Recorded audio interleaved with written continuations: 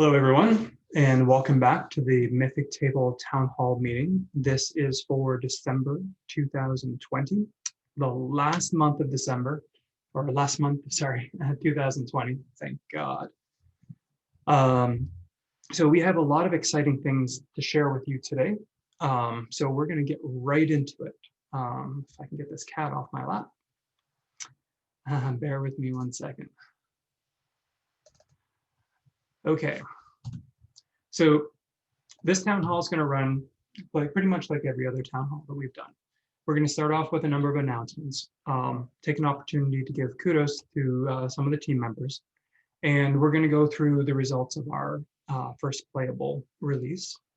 And we're going to talk a little bit about the Open Gaming Network, talk about our plans. We got a little bit of exciting news around Extra Life, and then we're going to go into what we can do to help you, or what you can do to help us, and what we can do to help you.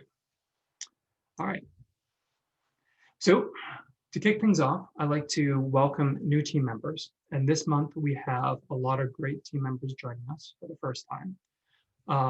We have, I'm going to pronounce this right, Busile. We have Bryce, Terry, Will, Keith, and Sherry. So we welcome all of you guys, and we're looking forward to see how you can contribute. We're very excited about that. So the first playable is out. We released it a couple of weeks ago, and it's doing well. Then we have Jose, who is stepping up as the Director of Operations. So Jose has been with us for a while. He's been leading our DevOps strategy. He's been to a couple of these town hall meetings, so you might have seen his face around. And he's pretty active on Discord as well. As the Director of Operations, he's going to be overseeing operations, of course. He's still going to be leading DevOps, but he's going to be taking more of a hand in our planning, in our day-to-day process, which is fantastic because it takes a load off of me, which is great. And finally, we have a special welcome for Tristan. Tristan is John Winsley's new baby son. Was born just last month. So he is the newest member to the Mythic Table family, and we just like to welcome him. Okay, so kudos for this month. It's really, really hard for me to point at any individual person and say, this is the reason why we were successful.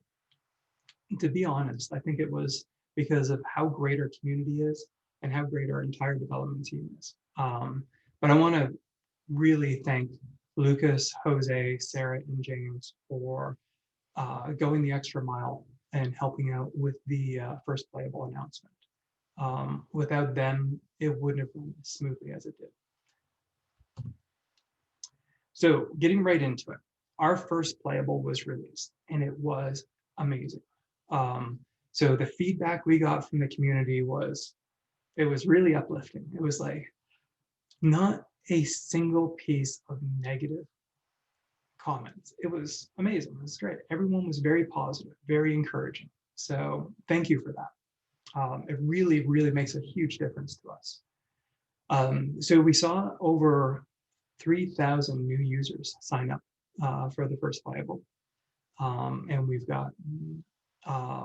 we've nearly tripled our number of patrons on Patreon. And there's been a ton of new faces on Discord. So James mentioned this as we were getting ready for this meeting, and I wanted to quickly share our analytics, just to show you a little bit about what's been happening with regards to the first playable. So as you can see here in this chart, this is our visits over time, and you can see starting in November, we were skimming around anywhere between 10 and 30 visits per day. And this was released to our Discord community and to our Patreons. And then around the 19th, 20th of November, we released it to the world. We made our announcement on, I believe it was the 21st of November. And it skyrocketed. For days, it was over 500 daily visits, which was great. But the thing James wanted me to point out was even after that huge influx of excitement and all the announcement is over, we still are looking at a ton of usage on the first playable, which is great. A lot of the times you'll see a huge announcement like this. There'll be a lot of excitement. Everyone will run out there and they'll check it out and then they'll peter off and they'll go back to their day-to-day lives, which is perfectly normal and fine. But what we were surprised with was that people didn't do that. I mean, some people did, but a lot of people are sticking around and they're using it on a day-to-day basis, which is absolutely fantastic. We couldn't be happier with those results. So moving back, we have a really big announcement that we'd like to make. Well, I guess it would be probably just about a week or two ago. I got in contact with a fellow by the name of John Reese, who runs the PFSRD as well as the 5E SRD, a lot of the SRDs that are out there. His organization is called the Open Gaming Network. And we started chatting about Mythic Table and what we were trying to do. And John was really excited about what we were trying to do. So we decided that maybe we can find an opportunity to work together. And we are proud to announce that we have agreed on a little bit of a partnership. So moving forward, OGN is, if you've noticed, if you visit any of the SRD sites, they've got their little pop-up that appears. And now they're announcing Mythic Table, which is fantastic. I keep getting all of these people coming to me and saying, hey, do you realize that you're on the PFSRD now? So thank you very much for that, John. Moving forward, we're exploring different options to collaborate. And the most immediate one is the possibility of doing a Kickstarter.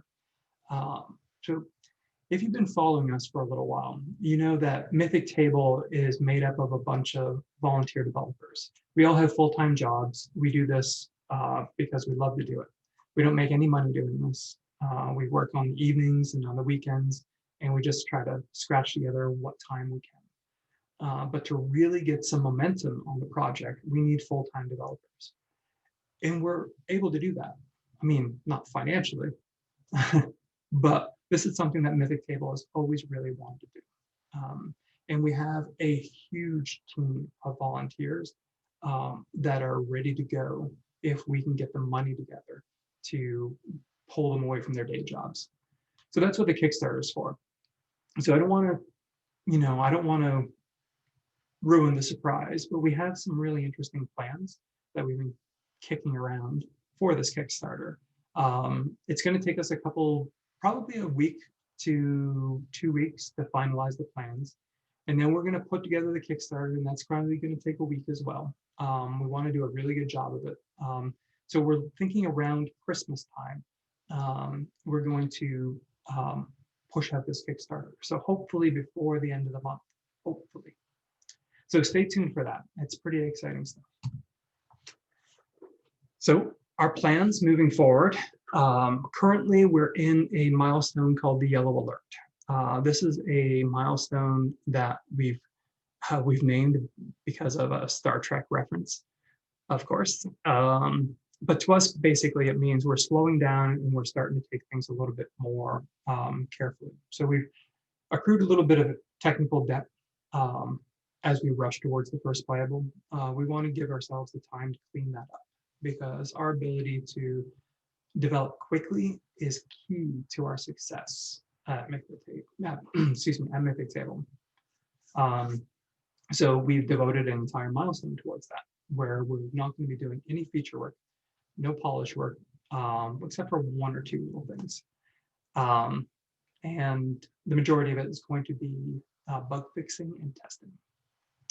Then we're doing planning for the Kickstarter. So that's going to take a significant amount of time, but we hope to have that done pretty soon. And this is another thing we're really excited about. So last month we got together with the Covenant House in Vancouver, and we did a sleep out, which was an event to raise money for homeless youths in Vancouver here. We did very well. We raised about $1,400, which was fantastic. Just another testament to how great our community is.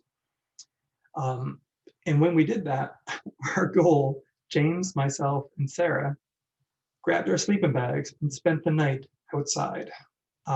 So it was, I wouldn't say a lot of fun, but it was very interesting. And we're going to continue doing that. But after we did that, I thought, well, maybe there's other things that we could do. So I looked into Extra Life. So Extra Life is another really great charity. And what they do is they partner with basically with children's hospitals all over the world. And they allow gamers to help raise funds for these children's hospitals. So traditionally, what will happen is a gamer will, jump on a live stream for 24 hours and, raise money for children's hospitals. But we are role players. So we're going to do a 24-hour D&D or Pathfinder session. It's going to be epic. It's going to be silly. I don't know how it's going to work. We have a couple of volunteers. We've reached out to our Patreons to see if they're interested in joining as well. We're planning for December 12th at 9 a.m. 9 a.m. Pacific Standard Time. And it will go to Sunday, 9 a.m. Pacific Standard Time. All the donations will go to the BC Children's Hospital. So we're going to make this announcement. Well, we're making it now. But we're going to reach out on their social channels and announce this as well and see if we can't get a little excitement going around it. So back to business. What can you guys do to help? Well, if you haven't already, try the first playable, take a look at it, see what you like, see what you don't like, see what you find missing, and send us your feedback. This is really important to us because we're getting a lot of feedback already. And we want to make sure that it's not just one-off feedback. So if you have some concerns, some things that you want to see, you raise your voice because that'll really help. In fact, Yellow Alert, we are actually planning a couple of different changes based on everyone's feedback. So we're squeezing that into a milestone in which I promised John Winsley that we wouldn't do any work during this milestone. So your feedback is important to us. So continue to spread the word, tell your friends about us, share our posts. We are nonprofit. We don't have a lot of money for ad campaigns and things like that. So we really do depend on everyone getting excited about what we're doing and spreading the word like that. So at this point, this is where we open up the floor to everybody. So you guys can ask your questions, give your suggestions and things like that. So we have a lot of people on the call right now. So I'm going to stop sharing and change the view a little bit so we can have a discussion. Cool. I just wanted to add one thing when Mark, you mentioned that we were quite pleasantly surprised that we didn't have a lot of negative comments on our first playable. The one thing I wanted to add is not only did we have, in my opinion, fairly positive comments, but what I liked is that people would also mention, oh, I liked it, but we just need one thing, rather than saying, oh, this sucks, or this sucks because it's missing this. It's like, I tried it and it's pretty neat, but I need this feature in order to do my group's game. So I don't know. I've seen a lot of launches where it doesn't go that way. People are just like, oh, this sucks. So yeah. I don't know. I just wanted to throw that out there. Yeah, it's a very good point. And I am overwhelmed and humbled by the community and the response that we got. Absolutely. Yeah. Cool. Any more questions? To be fair, what I saw is that Mythic Table has one of the most neat and clean user interfaces of all the virtual tabletops that I've seen. And recently I've known, for example, Foundry, and well, people speak very well about it because you can program things for it. Mhm. And but when I saw uh, when I saw it, I thought, well, but the interface is a little bit clunky, or I don't know, it's not polished. And that's the first thing I saw with your software. It was very, very polished, looked very great. So I guess you have some designers in the team. We have well, he's not here today, but we have Lucas, who is Honest Ed on Discord, and he's fantastic. He is such a great addition to the team. So a lot of that design that you see in the first playable right now, that's all of his brainchild. He just came on and was like, "Love what you're doing. Let's do it like this." And he went and changed everything, and it was amazing. He put in so much time and energy and love into that, that it's, in my opinion, I believe that is one of the biggest, most important parts of our success of our first playable launch, was that design. So yeah, very good point. Also, well, another thing that I did when I first found your software was to go to the GitLab repo, Mhm. and I got inside the folders, and I saw that you were using Vue, which is well, a pretty nice thing. I'm learning it right now, and well, I thought, wow, if they are using this, I mean, they can do everything. Yeah. Mostly, yeah. It's a good thing to see that Vue is getting into the virtual tabletop software. Yeah, because it's very, very neat. Yeah, we're very excited about working with Vue. It's been a great experience. We have a lot of developers who came from a React background, and they moved over to Vue very, very easily. And a lot of them really appreciate what Vue can do for us. It's really nice. And I have still one another question is do you plan on because the software right now seems to be focused on the D&D and Pathfinder and that kind of games, but what about other games like more sci-fi oriented or other types of games? Have you planned Yeah, to? it's a really good question. And one of the reasons why we have the UI designed the way we have, uh, I don't know if you've seen our early videos, but we had some mock-ups of some very fantasy styled UI. And we decided to go with more of a neutral UI. In fact, a lot of our colors are neutral as well, because we didn't want to specialize in a genre or anything like that.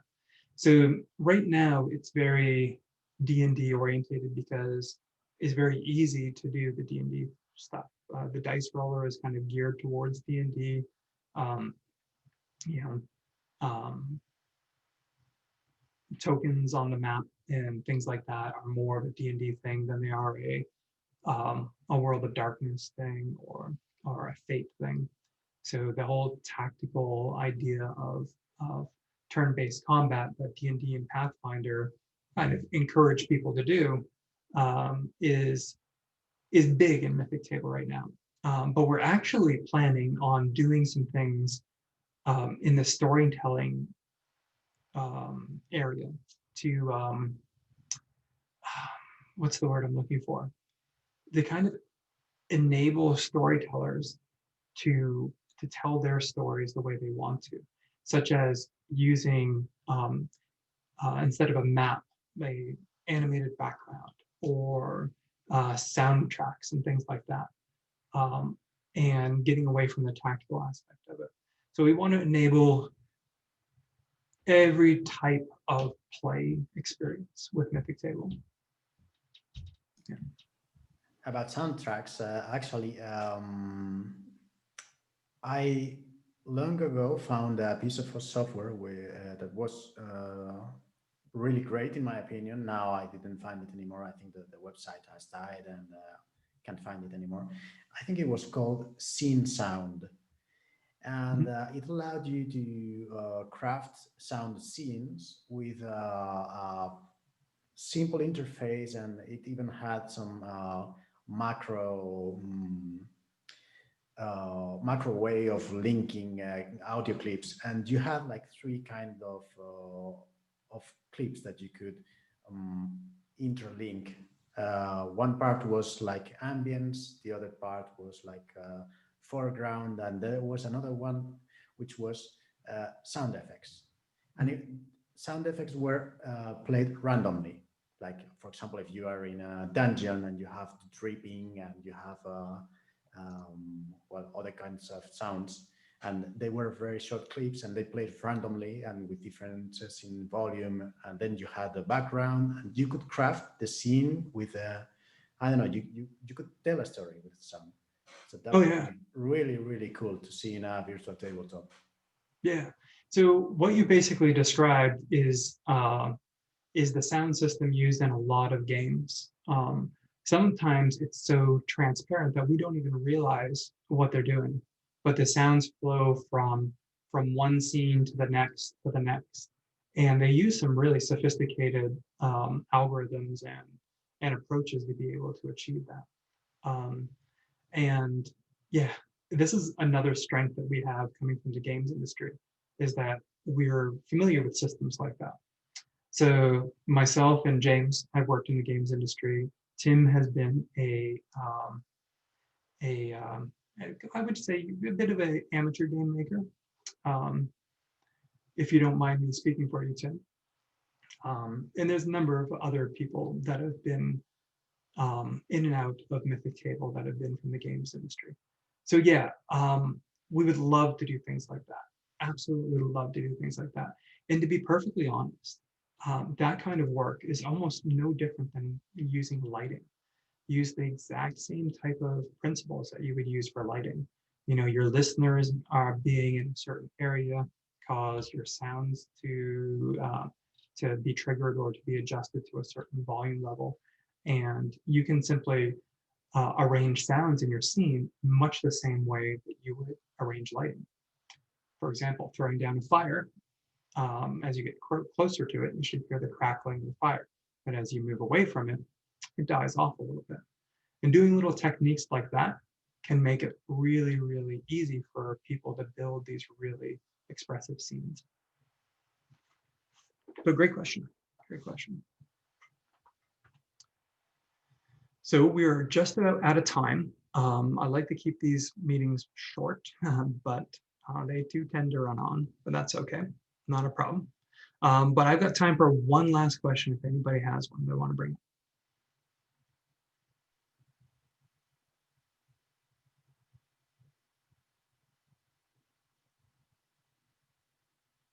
Okay, great. That is fantastic. Well, let's see now. With that finished, I wanted to thank everybody for joining me here, and I wanted to thank the community for tuning in and listening, and everybody for your gracious support.